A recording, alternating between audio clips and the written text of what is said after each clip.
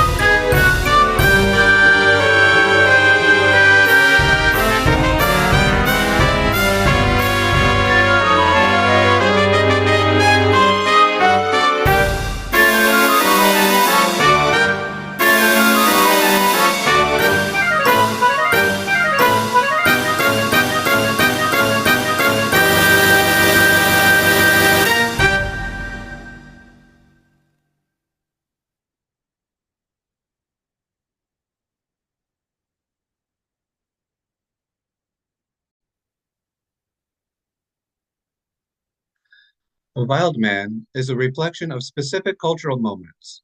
It is a dynamic symbol that evolves across eras, embodying the fears, anxieties, and boundaries of the societies that create it. In the 1923 silent film accompaniment, The Savage Carnival, Wild Man's Dance, composed by Erno Rappe and William Axt, the wild man takes form as a musical and visual representation of so-called cannibals, a stereotype often projected onto native islanders or African tribes. This depiction illustrates how cultural monsters have been constructed to reflect societal prejudices and reinforce monsters of the other. Drawing on Jeffrey Cohen's Monster Culture 7 thesis, we can understand these figures as cultural barometers that encode the values, taboos, and anxieties of their time. By examining the intersection of silent film music and monster theory, we uncover how auditory and visual mediums collaborated to perpetuate cultural biases. In The Wild Man's Dance, dissonant harmonies, irregular rhythms, and exotic instrumentation were consciously employed to evoke discomfort and emphasize the wild man's otherness. These choices were not just artistic, but ideological, shaping perceptions of non-Western cultures while reinforcing harmful stereotypes.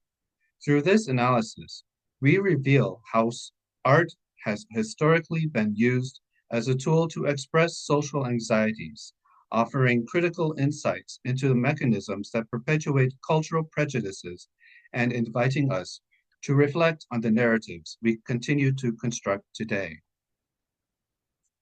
Jeffrey Cohen's concept of a new modus legendi, or method of interpreting cultures through the monsters they create, offers a profound lens for cultural analysis.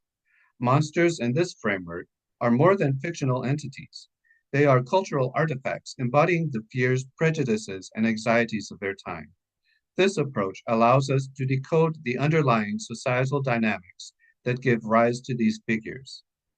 Using Cohen's framework, we can delve into Rappe and Axt's composition, Savage Carnival, Wild Man's Dance, a piece that musically reinforces early 20th century stereotypes of the wild man. By analyzing its dissonant harmonies, exotic instrumentation, and irregular rhythms, we uncover a reflection of the era's cultural anxieties, particularly its fear of the other. This examination provides not only insights into the prejudices embedded within the music, but also a broader understanding of how artistic creations can simultaneously reflect and shape societal ideologies. While all of Cohen's theses offer valuable insights into the genesis of Savage Carnival, his fifth, sixth, and seventh theses are particularly relevant to this presentation as they delve into how monsters enforce societal boundaries, inspire creative freedom, and ultimately reflect cultural prejudices and anxieties. Jeffrey Cohen's fifth thesis, The Monster Polices the Borders of the Possible, explores how monsters are used to enforce societal boundaries and discourage transgression by instilling fear of the unknown. They serve as cautionary figures, warning against venturing beyond accepted norms or territories. Jeffrey Cohen's sixth thesis, The Fear of the Monster is Really a Kind of Desire, highlights the paradoxical allure of the monstrous. While monsters evoke fear, they also inspire fascination and creativity, representing the other that lies outside societal norms and expectations. For composers, this concept offers the freedom to break away from traditional rules and explore uncharted artistic territory. The monster becomes a vehicle for embracing the unconventional, the chaotic, dissonant, or even ugly, instead of conforming to established notions of beauty and harmony. This dynamic allows artists to channel their hidden desire to cut loose and push creative boundaries, using the monstrous as both inspiration and permission to defy convention. Jeffrey Cohen's seventh thesis, The Monster Stands at the Threshold of Becoming, asserts that monsters serve as mirrors, reflecting our own fears, biases, and prejudices. They are projections of societal anxieties, embodying stereotypes, xenophobia, and cultural misunderstandings. The Wild Man's Dance provides a clear example of this dynamic. The composition is a snapshot of the composer's prejudices towards Aboriginal communities, amplifying their anxieties through dissonant harmonies and chaotic rhythms. This piece not only serves as a creative outlet, but also reveals the cultural prejudices embedded in this time. In this way, the monster becomes a tool for exploring the fear of the other, transforming cultural anxieties into art while exposing the underlying biases that shaped them. Even the world of musical notation has a history of grappling with the monstrous, as seen in the early 14th century when theorists like Jacques of Liège tied new notational practices to mythical creatures, such as the Hydra and Cerberus. A staunch traditionalist, Jacques criticized modern innovations in notation, labeling them as monstrosities that disrupted the natural order of music. Among these were the larga, or duplex longa, and the triplex longa, note values he deemed overly extravagant and impractical.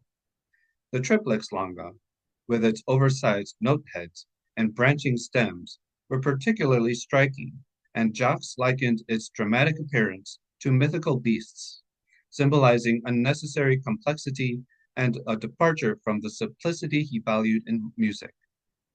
By framing these changes as monstrous, Jacques expressed his resistance to innovation and his anxiety over a shifting musical landscape. This resistance to unconventional also resonates in early modern stage, where music was used to underscore themes of witchcraft and the supernatural.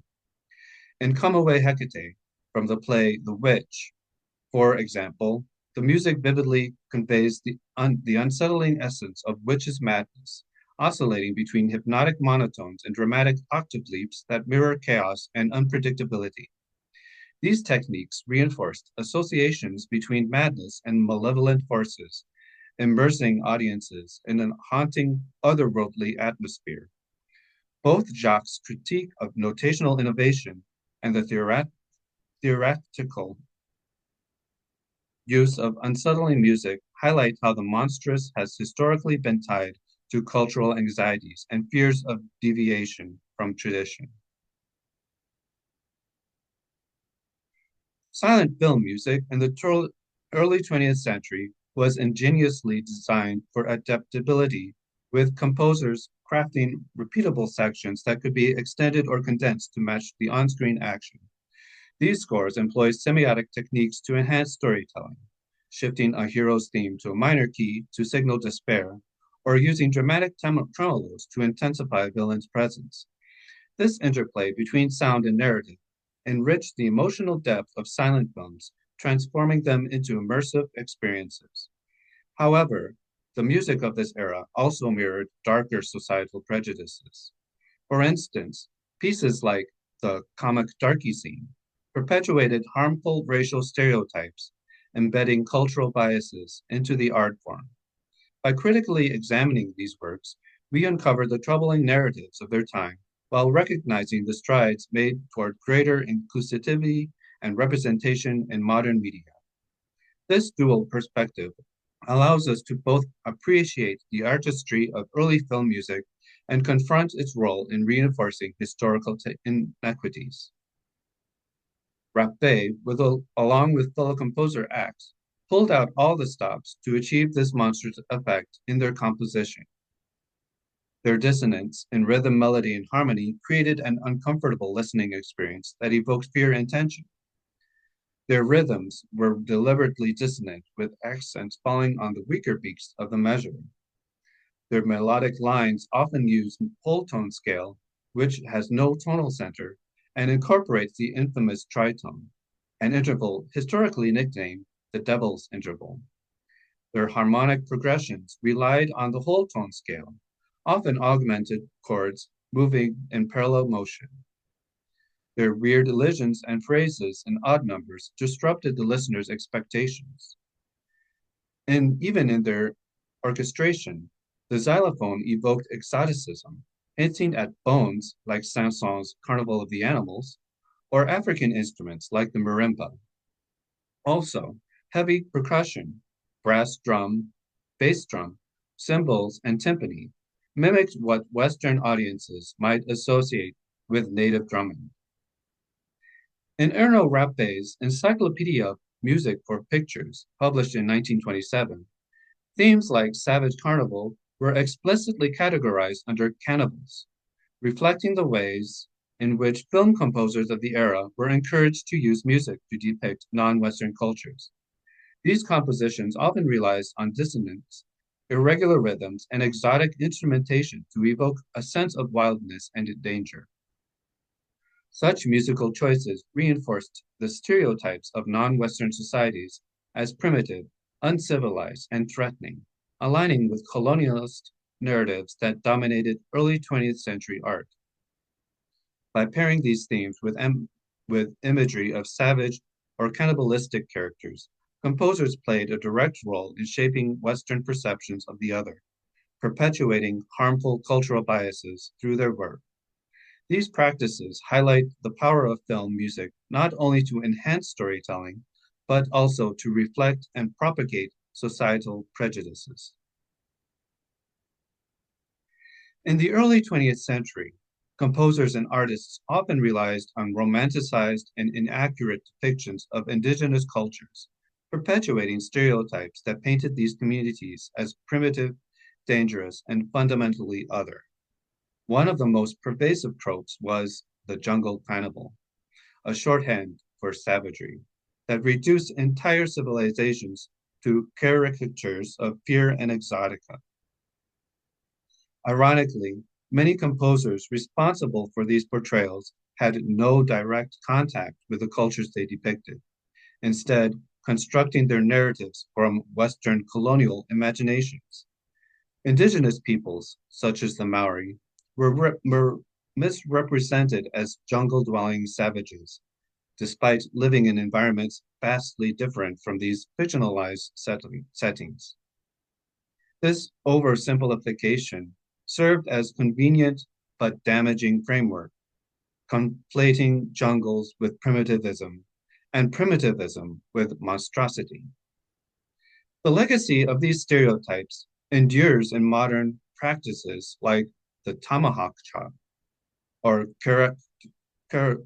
charactered mascots perpetuating harmful representations under the guise of tradition. To address these prejudices, we must critically evaluate the origins and persistence of such stereotypes in artistic and cultural works. By understanding these roots of these biases, we can dismantle them, ensuring that the instances of the past are not repeated. In this post-colonial era, education, inclusive storytelling, and a commitment to cultural respect offer pathways to reconciliation.